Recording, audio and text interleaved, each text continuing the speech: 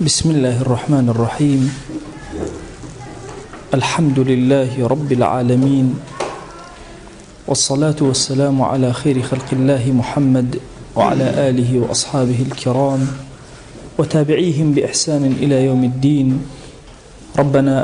ربنا أرنا الحق حقا وارزقنا اتباعه، وأرنا الباطل باطلا وارزقنا اجتنابه. ربنا آتنا في الدنيا حسنة وفي الآخرة حسنة وقنا عذاب النار. براني برزو خوشويستم إما لخزمة كتابي نيابي مفردات الراغب أصفهانية تشنوشيك من جزران جيشتون تسروشي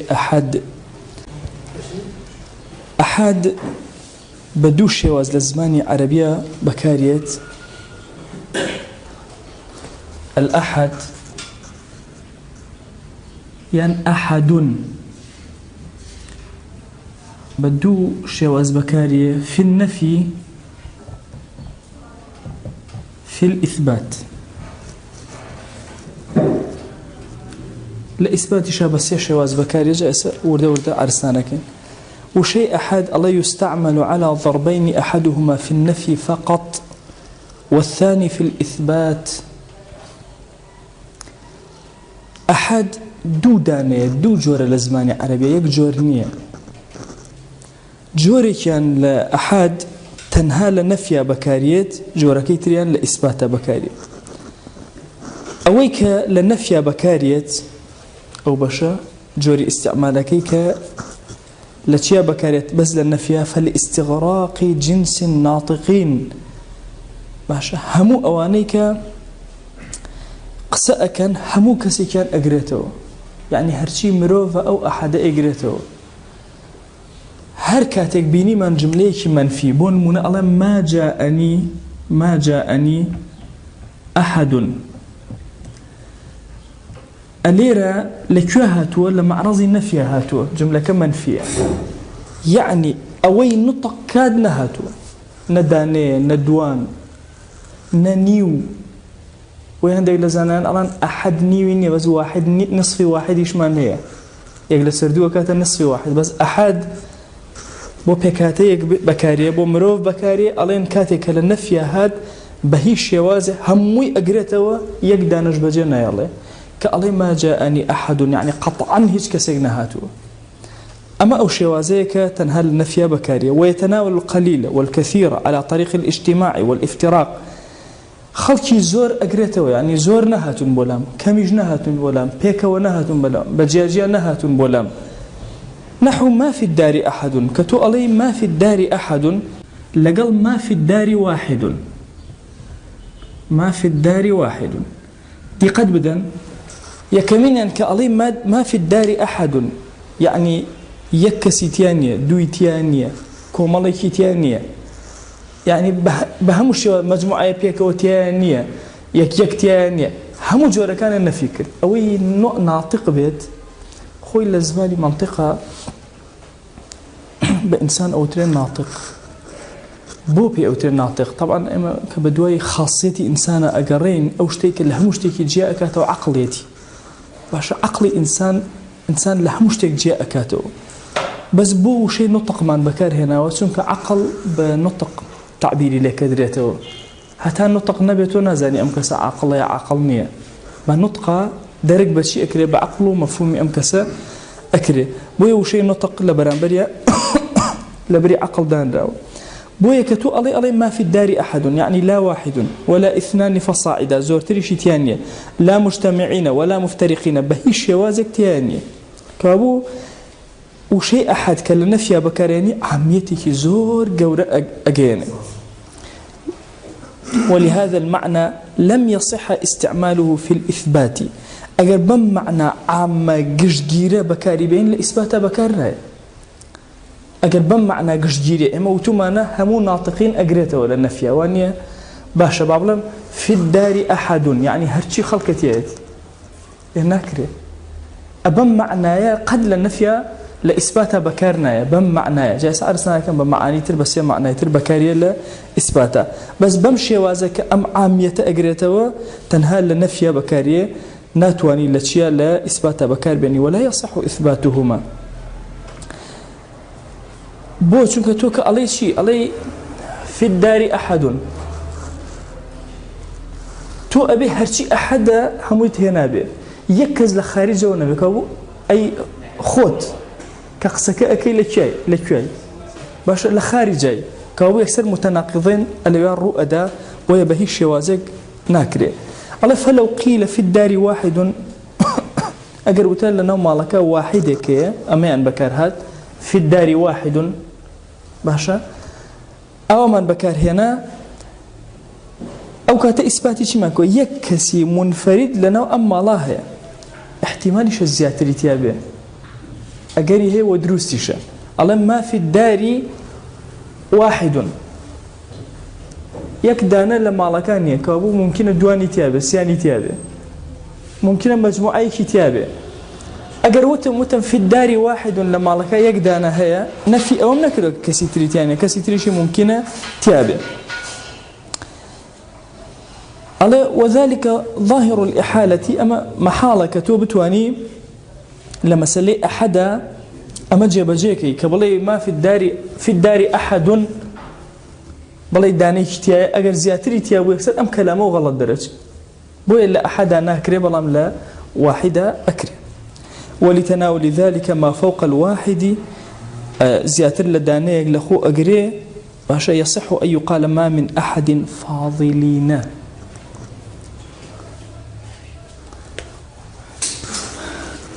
ما من أحد فاضلين فاضل شيء فاضل شيء جمع فاضلين باشا أي أحد شيء بحساب مفردة بلام لبروي وشيء أحد لضمن نفيها هاتوا حد شيء أحد أجرته اللي رب الجمع صفتك بجمع دي أجت عندي أما دروس العربية خوي يقول القرآن أفرمي فما منكم من أحد عنه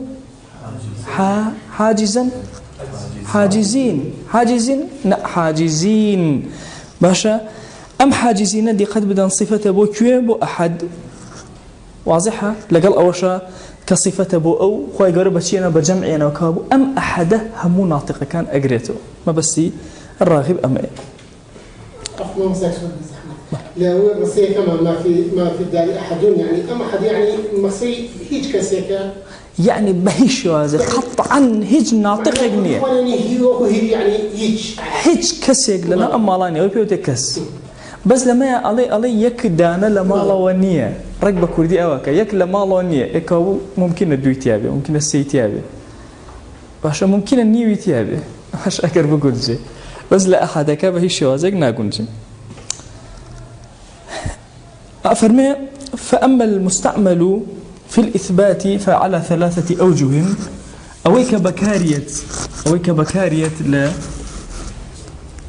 أويك بكارية لإثباتا سيجور من هي كأحد لإثباتا بكاربت يشي كان مسألة عدد إما عدد سيبش من هي عدد مفرد من هي عدد مركب من هي عدد شي من هي معطوف من هي معطوف مركب من هي معطوف من هي لا عدد مركب ومعطوفة بكارية بنمنا علي 11 باشا بويا أقديقة دابي أم أفرميت شيء أفرميت وأما المستعمل في الإثبات فعلى 3 أوجه الأول في الواحد المضموم إلى العشرات يعني 10 20 30 عشرات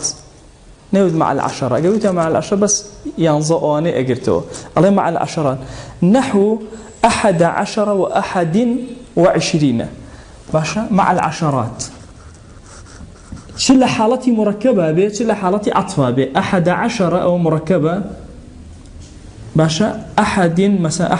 21 بونمونة باشا اللي رجعها لقل شيء لقل 20 بكارية كابو وشيء أحد لإثبات بكار هاد يان لعدد بكارية خالية كم أبي لعدد بكار به 11 21 دقة ده اللي مثلا ألم جاءني 21 طالبا أو معنيين باش أو معنيين قبل إتبتاهج كسجنات ونا وتم أو اندهت بو بجمارة شو بو أو معنى عاميتك إنما ويفرمي لا يكمن في النفي فقط بكارية بس دوميان لإثباتا كمجالك يا بكار بيت يشيك لمجال كان أما يلا مسألة عددا دوهمين مسألة مضاف إليه ش أحد إضافة كري تشتي ولا إضافة بكري هر أبي مع الإضافة إضافة إتر سواء كان مضافا أو مضاف إليه أي جابت دوبج مضاف بخوي يا مضاف إليه بأشينا خدمة قرآن وكل راغب أفرمي والثاني أن يستعمل مضافا أو مضافا إليه بمعنى الأول بمعنى يكم ديت باشنك بمعنى أو تنها كسيك كقوله تعالى أما أحدكما يكمي إيوة فيسقي ربه خمرا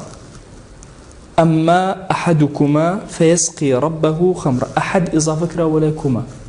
زماني عربية حالتك إضافة من هي زور بقوته يعني زماني عربي أقل بيتو تو هر جمليك سير كي ببي إضافة درناجي كومل إضافات اشتبوا بشوكة كانوا كورتا كانوا إضافة لزماني عربية زور آسان هاتو بدسوا ويزور بكار هاتو